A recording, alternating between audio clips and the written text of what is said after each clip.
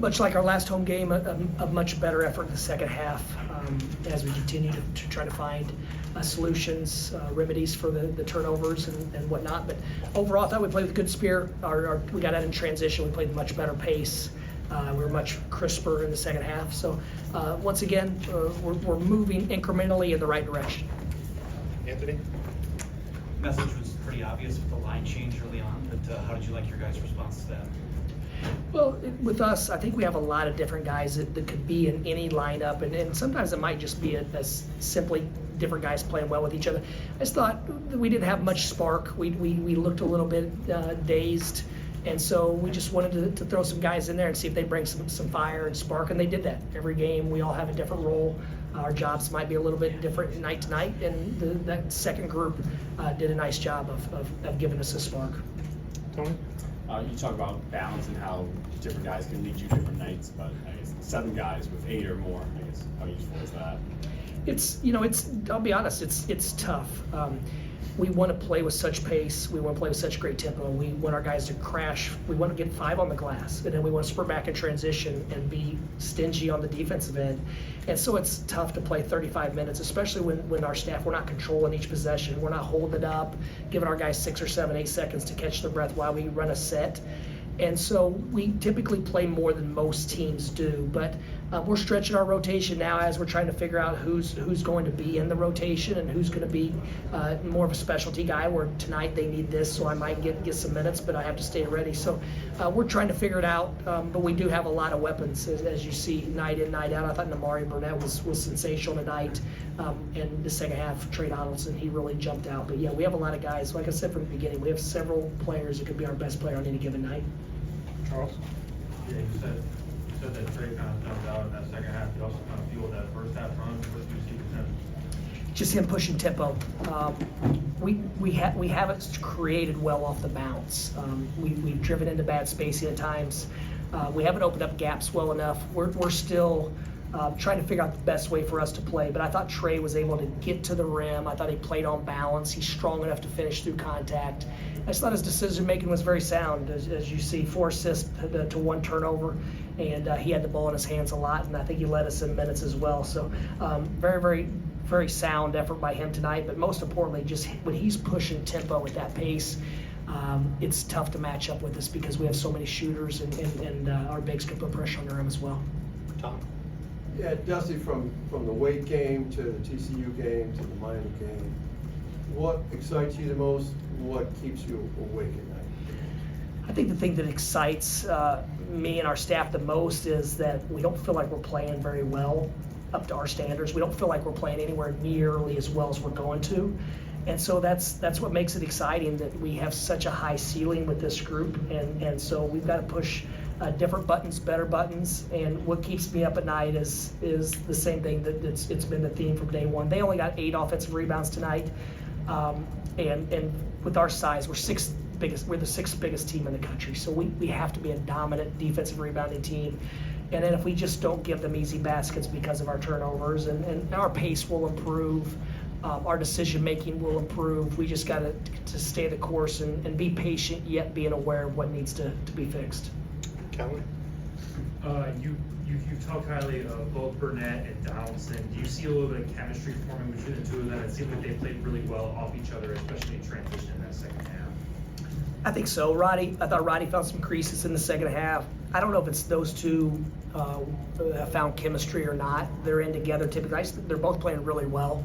I think if you put either one of them in that other group, they'd probably be playing very similar to this. But yeah, they've obviously complemented each other very well. Look at the 3-point efficiency. They go 7 for 11 combined. They're looking for each other. They're making the simple play more times than not. So that's usually a recipe for success if you have a talented roster. You know, there's times when you just don't have enough. You don't have enough horses, and you need a guy to go take some chances and make some plays. With our group, I think we can simply take what the defense gives us every night and find enough baskets to be competitive and be in position to win.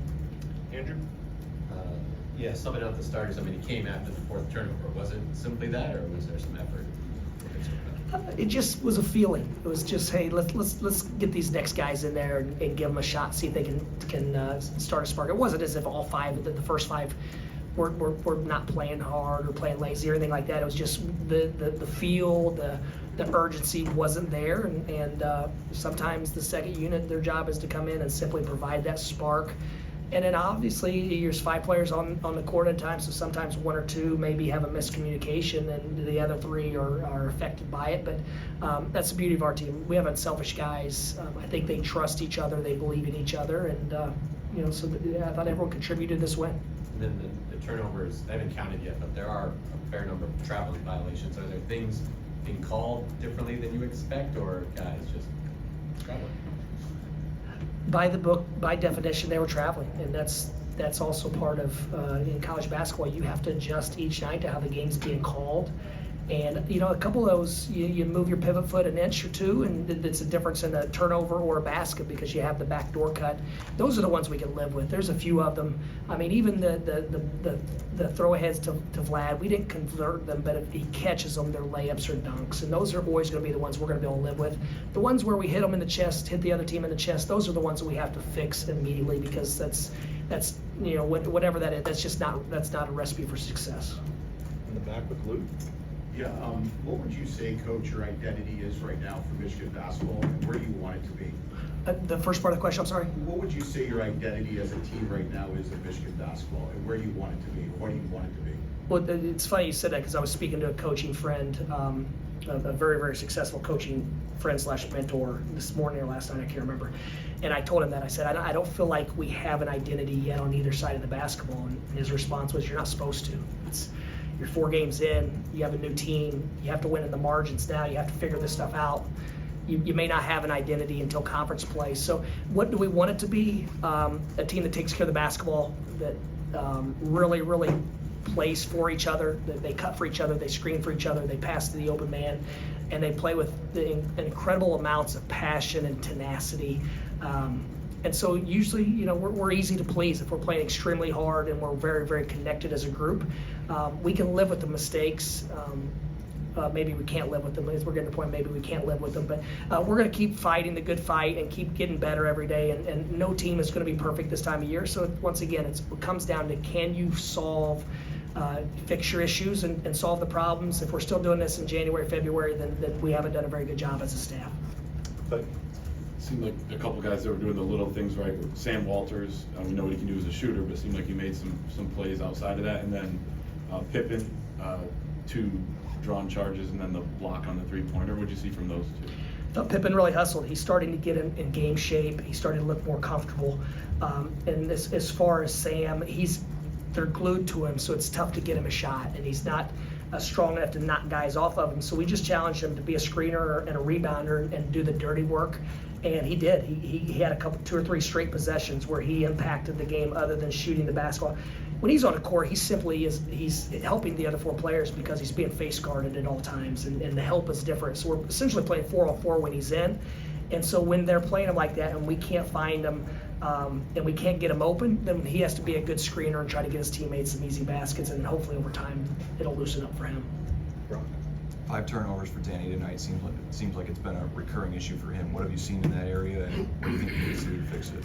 Well, tonight I thought the first 3, and this is just off memory, I thought the first 3 weren't really his turnovers. Namari cut was wide open and just didn't look at the right place. And if Namari looks up, and Namari had a heck of a game, other than that, I thought he was really, really good. But if he looks up, Namari catches it and has a dunk, and it's a great play. And so we're still figuring that out. And I can't remember what the other 2 are off. And one was a pass to Vlad. I don't remember if it hit the net first or went through Vlad's hands or whatever the case. Those 2 decisions were exactly what we've asked him to do.